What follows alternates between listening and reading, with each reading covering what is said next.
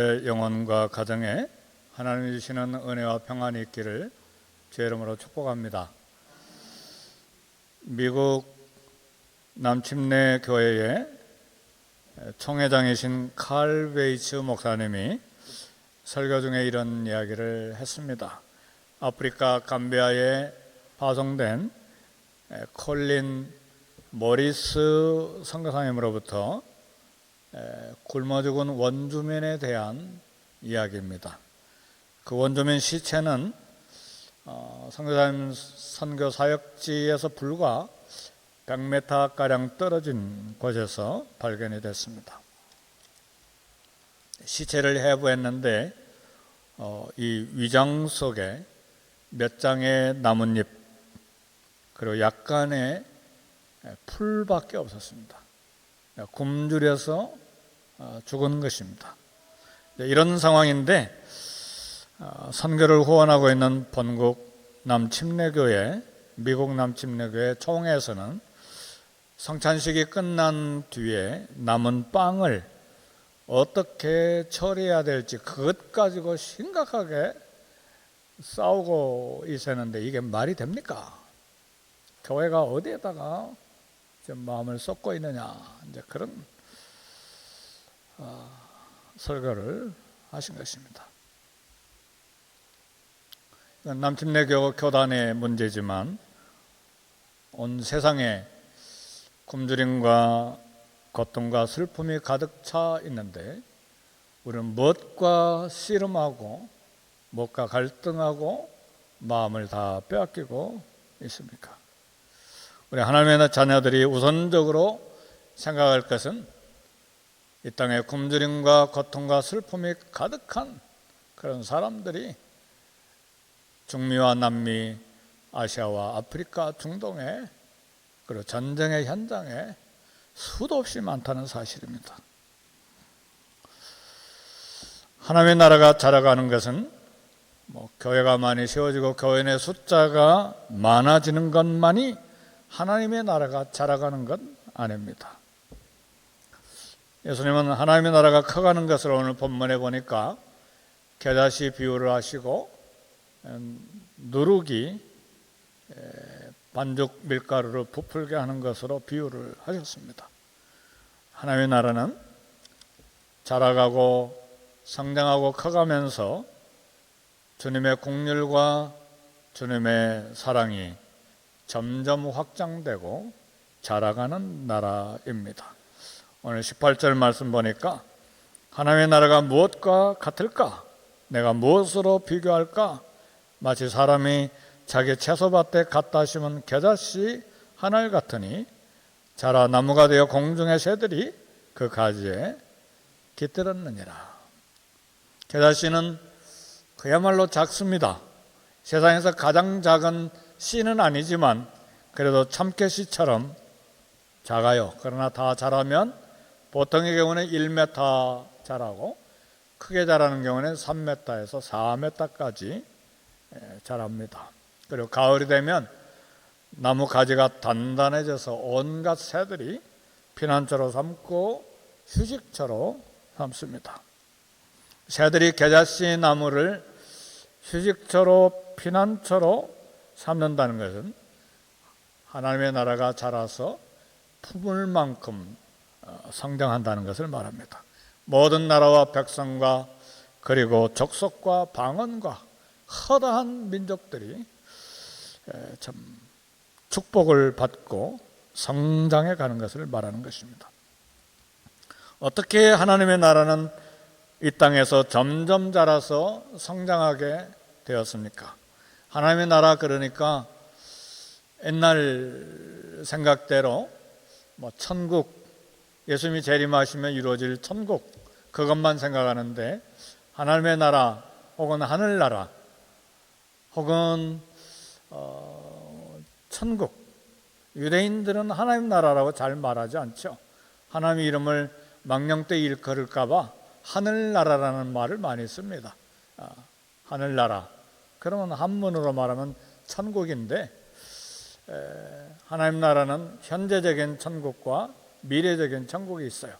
현재적인 천국은 우리 예수님이 내가 하나님의 성령을 힘입어 귀신을 쫓아내는 것이면 하나님의 나라가 이미 너에게 임하였느니라. 우리 예수님의 복음이 선포함과 동시에 이미 하나님의 나라 현재적인 천국이 이미 시작이 돼서 자라고 있다는 것을 말합니다. 그런가 동시에 예수님이 재림하실 때 완성될 미래적인 천국이 우리에게 주어질 것입니다. 그래서 우리 신앙생활이라고 하는 것은 이미 시작된 already, 이미 시작된 하나님의 나라와 not yet, 앞으로 다가올 미래적인 천국 사이에서 살고 있기 때문에 그 중간에 살고 있는 우리에게 스피리추얼한 텐션이 있어요. 긴장이 있다 그 말이에요. 죄와 싸우는 것, 유혹과 싸우는 것, 나를 이기고 죄 말씀에 복종시키는 것, 하나님 나라 들어가기까지 주님 십자가를 짊어지고 함께 주와 함께 동행하는 것, 이런 모든 신앙생활에 텐션, 긴장이 있습니다. 네, 이 땅에 하나님의 나라가 어떻게 시작되고 점점 자라서 성장하는가, 이것이 오늘 본문의 말씀의 주요한 핵심입니다. 하나님의 나라는 로마 식민지에 불과한 작은 유대 땅에서 시작이 되었습니다. 하나님의 나라를 시작한 분은 이름도 없는 나사렛 출신인 우리 예수님 그리스도를 통해서 시작되었습니다.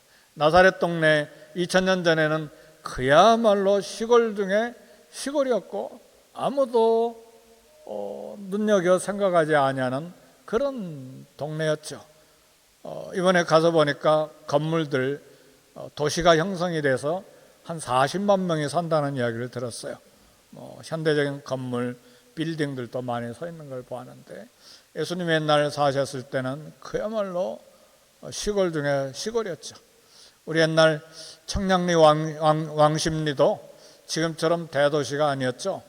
서울의 모든 소변, 분뇨가 다 왕십리로 갔습니다. 옛날에. 야, 거기 왕십리에서 왔어? 그러면 아주 무시하는 소리잖아요. 그런 식으로 나사렛은 아무것도 아닌 동네인데 거기 출신인 예수님에 의해서 하나님 나라가 시작이 됐습니다. 유대사에서 유명한 랍비에게서 공부하지도 못한 가난한 목수의 아들이셨어요. 예수님의 배후에는 권력자도 없었고, 그리고 재산가도 없었고, 인맥이라고는 하나도 없는 그런 분이었어요. 얼마나 가난했는지, 예수님 태어나셔서 부모들이 성전에 가서 이렇게 제사 드리는데, 그래도 우리 같으면 염소 한 마리라도 가져갔어야 했을 텐데 비둘기 가지고 가셨어요. 가난하니까. 그만큼 가난한 우리 예수님이셨죠. 가난한 목수 아들로 마른 땅에서 나온 연약한 줄기 같았다고 우리 이사야서에서 이야기하죠. 마른 땅에서 나온 연한 줄기 같아서 고운 모양도 없고 풍채도 없고 아무도 여성들이 눈여겨볼 만한 남성이 아니었던 것 같아요. 네. 요즘에는 화가들이 예수님을 금발머리에 파란 눈에 백인으로 그려놨는데, 왜 예수님 우리 중동 아시아에서 태어나셨는데 서양인처럼 그려놨어요? 화가들이 다 서양 사람들이니까, 유럽 사람들이니까 서양 사람들로 그려놓은 것이죠. 그것도 예수님 승천하신 다음에 700년이 넘은 다음에 누가 그때 사진 찍어놓은 사람도 있나요? 그런 사람 없죠. 우리 예수님 얼굴 그렇게 사진에 이런 모양이다 그렇게 생각은 하지만 실제로 만나봐야 예수님이 어떤 분인지 알 수 있는 것이죠. 지금 하고 있는 이야기는 사진이 그건 상상도다 그 이야기를 하는 것이 아니라 마른 땅에서 나온 연약한 줄기였기 때문에 볼품도 없고 풍채도 없고 아무것도 없는 그런 분이었다 그 말이죠. 그러나 우리 주님이 공생애를 시작할 때에 공중 새들이 깃들일 만큼 큰 품을 가지고 사역이 시작됐습니다. 그 결과 우리 주님 곁에 수많은 사람들이 찾아와서 고통의 문제를 해결받았습니다. 영적인 문제, 정신적인 문제, 그리고 자녀의 문제, 그리고 또 질병의 문제, 수많은 문제, 영혼의 문제까지도 해결을 받았습니다. 주님을 찾아온 사람들이 자유함을 얻었고 새로운 빛을 얻을 수가 있었어요. 사마리아 수가성에 살았던 다섯 남편을 두었던 여인, 얼마나 인생이 목말랐으면 이 남자가 진실한 내 남편일까 그렇게 방황을 했겠습니까? 우리 주님 만나서 참 생명을 얻고 생수를 얻고 가지고 온 물동이를 내버리고 수가성으로 달려가서 우리가 메시아를 만났다.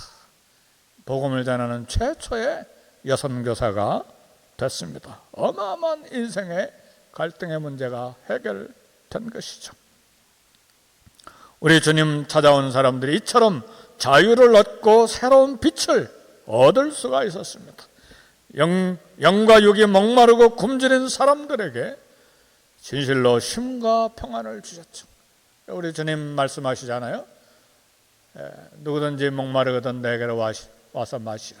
내가 주는 물을 마시는 자마다 목마르지 않고 그 배에서 영원히 솟아나는 샘물이 되리라. 그리고 내게로 와라. 내게로 오는 자는 쉼을 얻으리라. 그랬습니다. 예수님의 제자들도 대부분 무식한 어부들이었고, 그 중에 조금 잘난 사람 세무원 직원 맡에 있었고, 열심당원이고, 한마디로 말하면 아웃사이더들이었어요. 유대 예루살렘의 엘리트 계층들이 아니라 완전히 아웃사이더들, 주류 계층에서 밖에 있는 사람들이었어요. 그러나 그렇게 시작된 하나님의 나라가 로마 구석구석을 정복했습니다. 그리고 복음은 유럽을 정복하고 마침내 세계 최대의 종교로 성장한 것입니다. 그래서 우리는 복음을 전하면서 열매가 작다고 낙심해서는 안 됩니다. 복음 전도 열매가 안 보인다고 불평하거나 부정적인 말을 해서는 절대로 안 됩니다.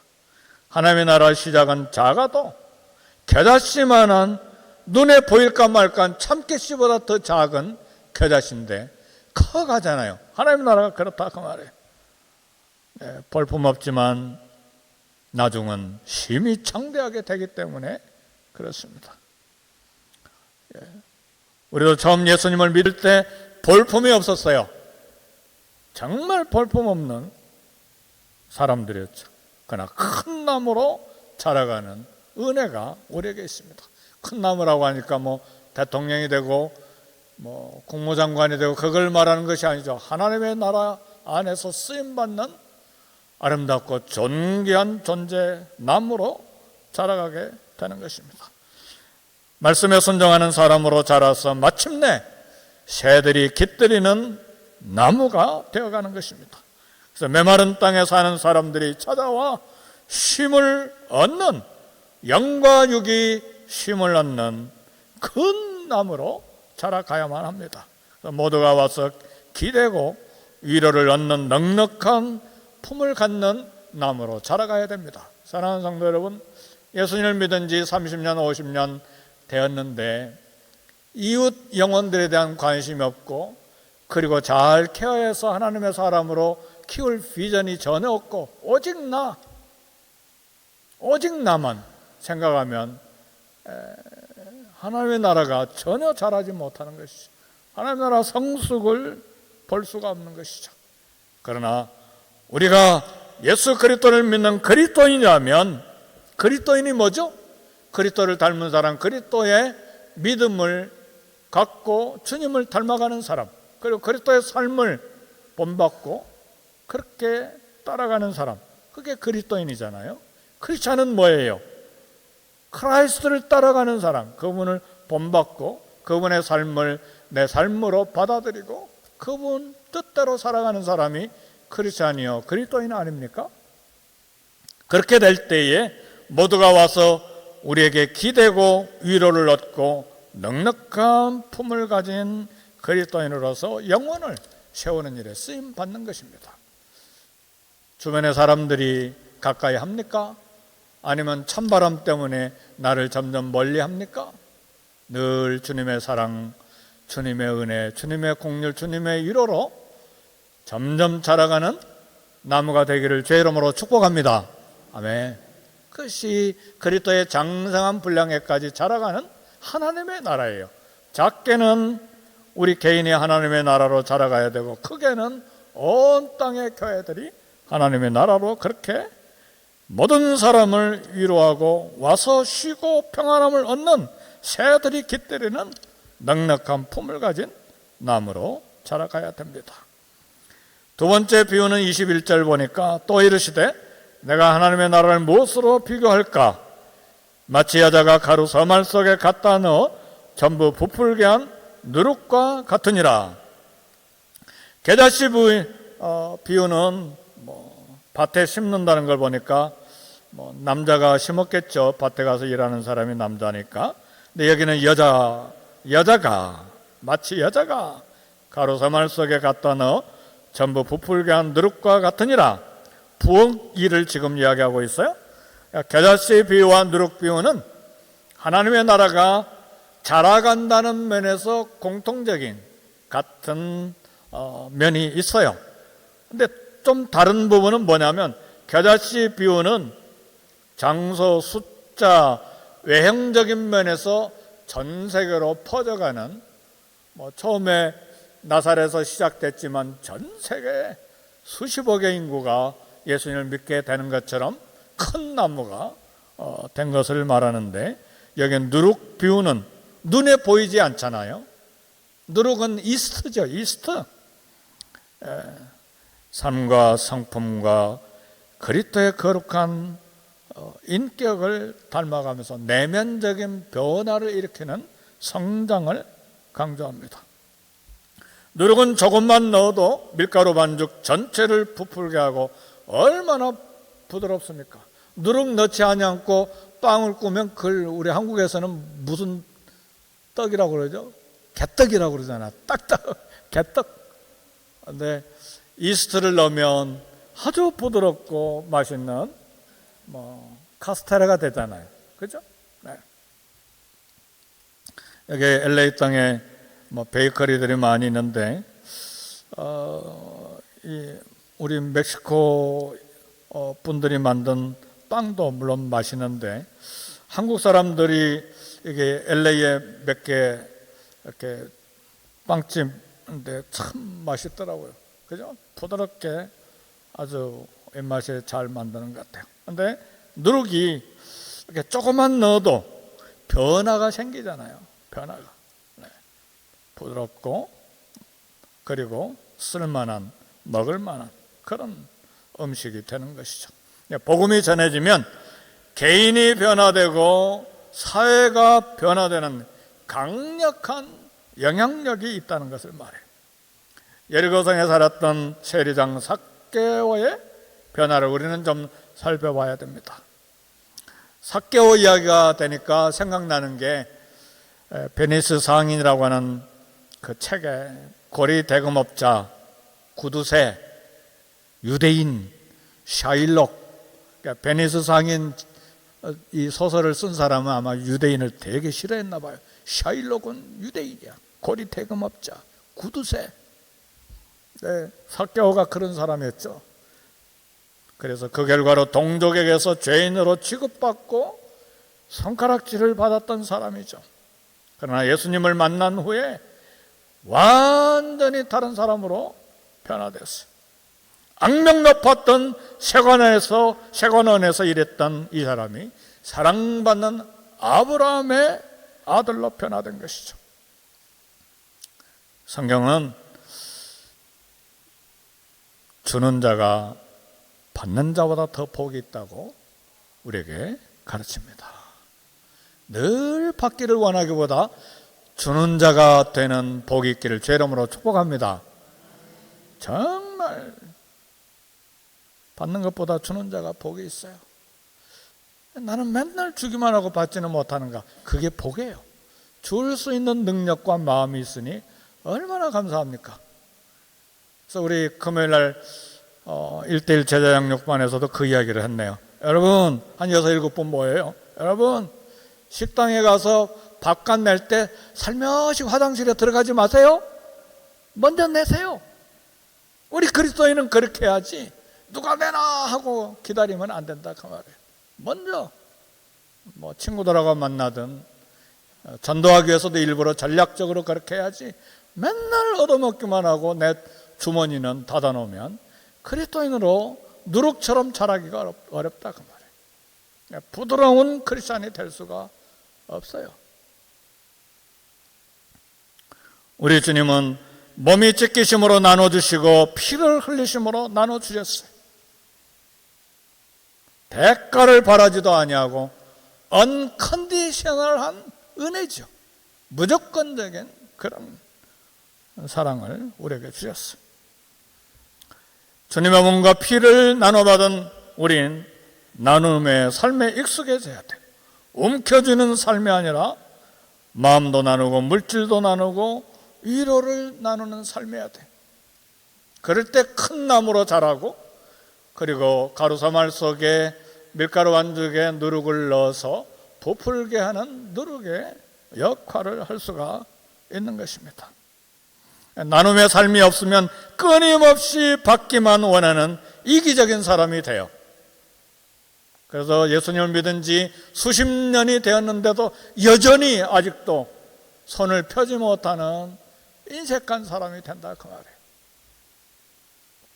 예수님을 찾아왔던 젊은 사람, 나이가 젊었어요, 부자였어요, 그리고 관원이었어요. 이 세 가지 다 성공한 사람인데 영생에 대해서 예수님께 질문하러 왔다가 내 재산 팔아서 나눠주고 나를 좇으라 그러니까 영생을 그냥 발로 밟아버리고 가버리잖아요. 사랑하는 성도 여러분, 2000년이 지난 지금, 그 사건 이후에 지금 그 사람의 재산이 어디 있고 그 사람의 이름이 어디 있고 이름도 몰라요.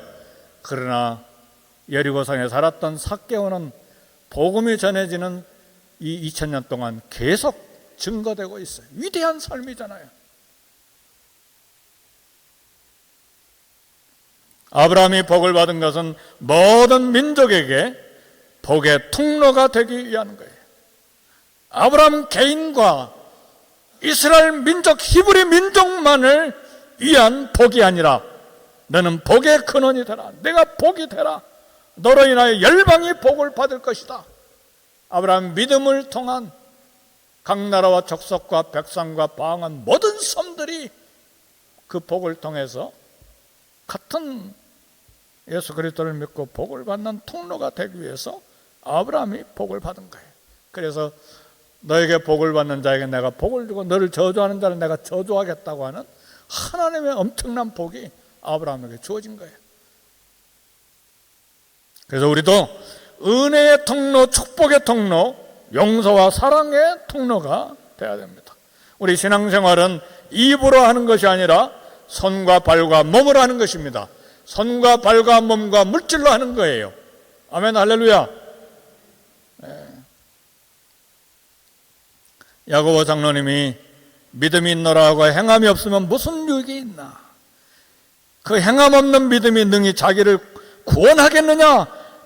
행함이 없는 믿음은 구원을 의심해 봐야 된다는 말씀이에요. 왜냐하면 행함이 없는 믿음은 그 자체가 죽은 것이기 때문에 그렇습니다. 그래서 우리 신앙생활의 목적은 단지 죽을 때 천국 가는 것이 전부가 아니에요. 신앙생활은 다른 사람을 천국으로 인도하는 것도 전부가 아니에요. 신앙생활은 모든 생각, 모든 행동을 그리스도에게 복종시켜서 그리스도의 삶을 따라가는 것입니다. 입술로만 아니라 삶의 모든 부분에서 예수님을 본받는 삶을 사는 것이 크리스찬이에요. 그래서 그리스도인, 크리스천 라이프 스타일이 그리스도를 닮아가야 된다는 말이에요. 그리스도의 장성한 분량에까지 자라가야 된다는 말입니다. 그래서 우리 그리스도인의 삶은 자기 가족만 안전하고 자기만 평안한 것을 목적하면 안 됩니다. 이웃의 빈곤, 다른 나라 사람의 배고픔에도, 아픔과 슬픔과 굶주림에도 관심을 가져야 돼. 이것이 크리스찬의 라이프예요. 그래서 우리는 어떤 나라든지 함부로 손가락질해서는 안 돼요. 그래서 저희는 누룩이 밀가루 반죽 전체를 부풀게 하는 것처럼 거룩한 영향력을 행사해야 됩니다. 그리고 우리 주님은 누가복음 6장 38절에 분명히 약속해 주셨어요. 주라 그리하면 너희에게 줄 것이니 곧 후히 되어 누르고 흔들어 넘치도록 하여 너희에게 안겨주리라. 이 우리 주님이 직접 말씀하신 거예요. 주면 너에게 주겠다. 어떻게 주겠다고요? 후히 되어 누르고 흔들어 넘치도록 해서 너에게 안겨주리라. 그 전후의 말씀 보면 물질뿐만 아니라 사랑과 긍휼과 인애와 용서와 자비와 모든 마음을 나눠준 것까지 그렇게 할 때에 하나님께서 사랑과 인애와 자비와 선과 인자하심도 그렇게 흔들어 넘치도록 해서 너에게 안겨주시겠다는 말씀이에요. 지난주 새벽 설교에 그런 이야기도 했는데 우리 주님 빚지고 못 사는 분이에요. 시시해졌으면 우리 주님은 반드시 갚으시는데 넘치도록 갚으시는 분이 우리 예수님이에요. 진짜 그런가요? 갈릴리 바다에 수많은 사람들이 이른 아침에 몰렸을 때에 가보니까 우리 갔을 땐 파도가 없으니까 조용했는데 파도가 때론 치고 바람이 불고 하면 말씀 가르치기가 어렵잖아요. 그래서 바닷바람이 해변으로 불러가는 그 방향을 계산하시고 베드로의 배를 빌려 타셨죠. 1시간, 2시간, 3시간, 몇 시간 빌려 타셨는지 모르는데 우리는 그 어부 배 2-3시간 빌려 탔는데 우리 주님 공짜로 타시지 않으셨어요. 가서 깊은 데 가서 그물을 한번 던져봐라. 고기를 잡았는데 얼마나 많이 잡았는지 두 배가 바다에 잠길 정도로 잡혀버렸어요. 그만큼 우리 주님은 갚아주신 거예요. 아멘, 할렐루야. 참 우리 주님은요 우리가 생각하는 거하고 참 달라요. 우리는 막 인색하게 계산하잖아요. 막 그렇게 하지 마시고 우리 주님 주라고 하셨어요. 평생에 주는 삶을 살면요 이상하게 하나님이 자꾸 채워주세요. 그 주님을 체험해야 돼요. 그런 사람이 자꾸 주님의 능력의 손을 체험합니다. 믿으십니까? 아멘. 아멘. 요즘에 저는 굉장히 기뻐요. 새로 오신 우리 성도님들이 아침에 오늘은 떡을 막 해가지고 오셨더라고. 아침 일부 예배 오신 분들 드시라고. 또 새벽에 어떤 분은 막 팬케이크를 그렇게 맞은 팬케이크를 또 만들어 오시고, 어떤 새로 오신 성도님은 또 막 전도하라고 또 막 티슈를 수천 장 또 사신 분도 있고, 어떤 새로 오신 성도님은 목사님 설교 텔레비전 방송에 나와야 돼요. 그래서 수천 불 텔레비전 방송국에 돈을 갖다 주면서 목사님 설교 나와야 된다고. 그것도 CGN TV에 미국 지국에. 새로 오신 우리 분들이 얼마나 헌신한지 모르겠어요. 아멘, 할렐루야. 하나님께서 그대로 갚아주시기를 주의 이름으로 축복합니다. 어떤 젊은 분은 그냥 축구하러 가야 되는데 그거 딱 끊어버리고 나 전도하겠습니다 하고 나오시는 분도 있고, 젊은 분 참 얼마나 감사한지. 하나님이 하시는 일들이에요 다. 그죠? 예.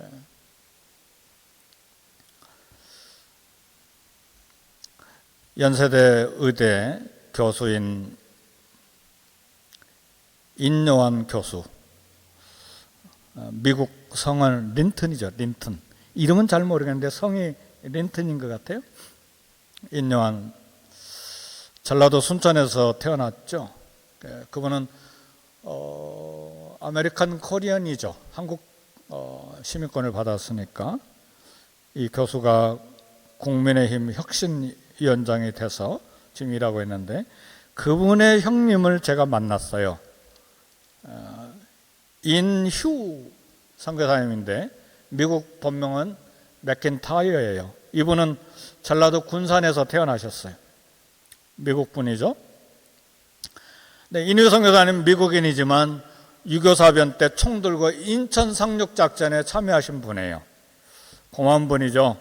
근데 교통사고를 당해서 58세에 일찍 세상을 떠났어요.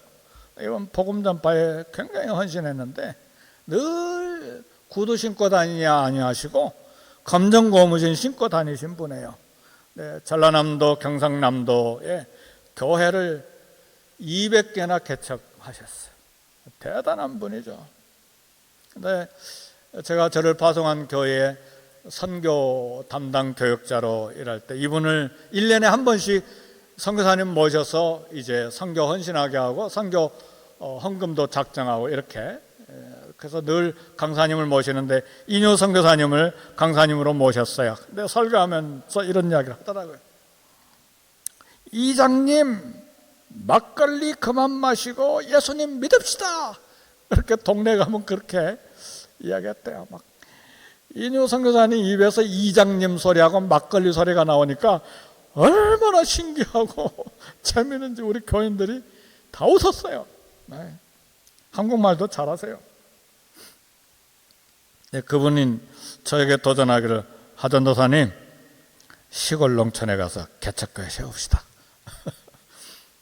시골 농촌에 개척교회 안 하고 선교지로 갔지만, 사랑하는 성도 여러분, 역사적으로 한국교회의 하나님의 나라가 어떻게 시작이 되고 어떻게 큰 나무로 이렇게 자라고 마치 누룩처럼 한국을 변화시켜서 여기까지 왔습니까? 한국은 복음이 들어오기 전 미신과 가난으로 찌들은 어두운 나라였어요. 남자들의 놀이개였던 여성들, 인권이 회복되고 이화 여전도 만드시고 막 여성들 교육시켜야 된다고. 여전히 이화 대학이 됐지만 교육의 기회를 줬어요.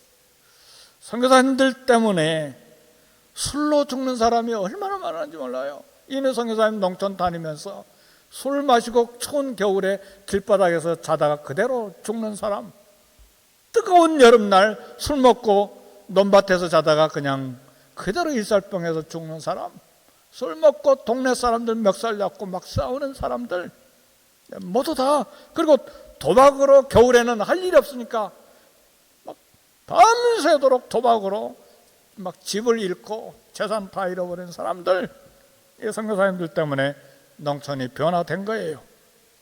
조선 땅에 학교와 병원이 세워지고 비로소 생명의 빛이 조선 땅에 비침으로 오늘의 한국이 된 것입니다. 복음이 누룩처럼 한국을 변화시켜서 이제는 다른 나라를 위해서 나눠주는데, 우리 한국 사람들이 아프리카와 동남아시아와 중남미에서 나눠주는 일을 하는데 얼마나 가슴이 저리도록 고맙고 눈물겨운지 몰라요. 어떤 NGO는 선교사는 아니지만 또 선교사이기도 하고, 난 가버먼 오르가니제이션이니까 이렇게 자기 전문 직종을 가지고 그 나라를 도와주는 사람들이잖아요. 어떤 NGO는 모래바람이 이런 몽골 사막에 나무 심기를 수십 년째 하는 NGO도 있고, 어떤 농업 박사는 평생의 삶을 바쳐서 아프리카를 위해서 옥수수 품종을 개발하는 사람도 있고, 어떤 사람은 서부 아프리카 농사, 쌀 농사가 안 되니까 거기 가서 수십 년 쌀 생산 기술을 개발해서 그 서부 아프리카 삭막한 땅에 이제 이모작도 하고 막 수천만 명을 먹인대요. 우리 한국 사람이 지금 하는 일이에요.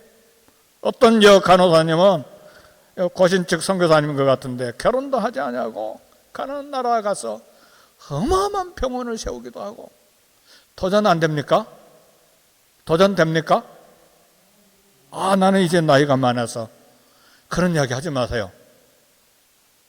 우리 필립장 선교사님 아버님 장례식 치렀는데 엊그제 85세가 넘도록 아마존에 매년 가셨어요. 아마존에 신학교 있는데 신학생들 위로하고 격려하고 선교사님들 위로하고 격려하고 장학금 주려고 매년 가셨어요. 87세까지. 나이가 문제가 아니라 손을 안 펴는 게 문제예요. 하나님의 나라를 모르고 있기 때문에 그런 거예요. 그래서 편안히 가셨잖아요. 병원에 조금 입원하고 그리고 집으로 모셔다가 조금 있다 가셨잖아. 편안하게.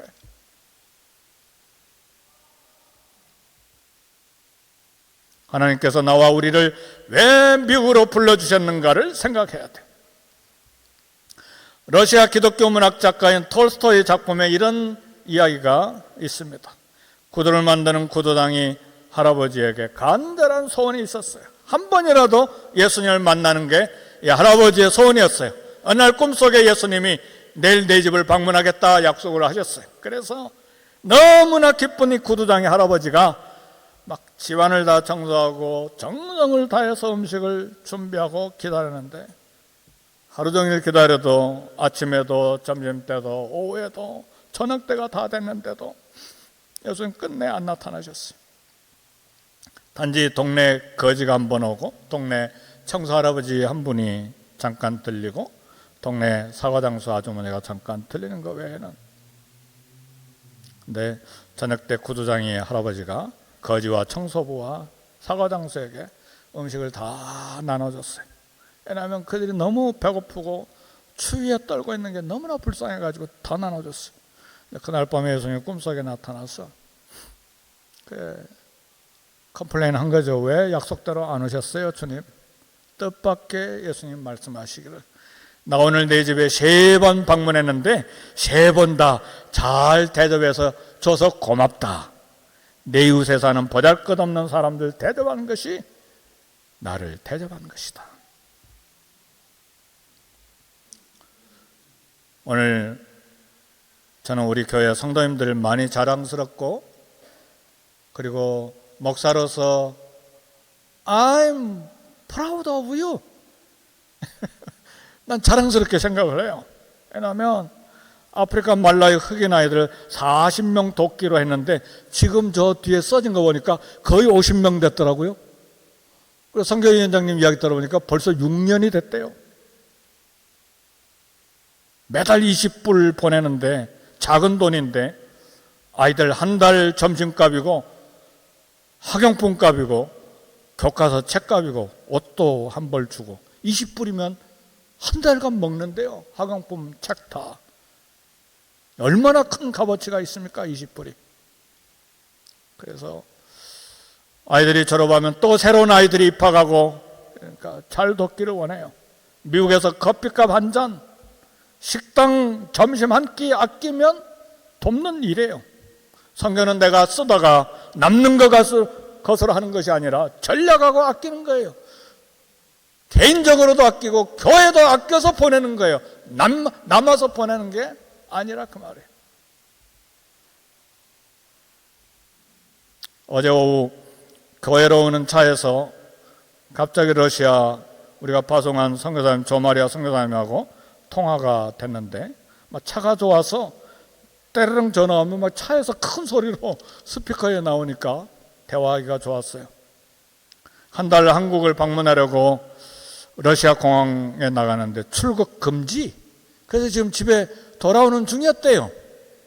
무슨 일이었어요? 깜짝 놀래가지고 무슨 일이었어요?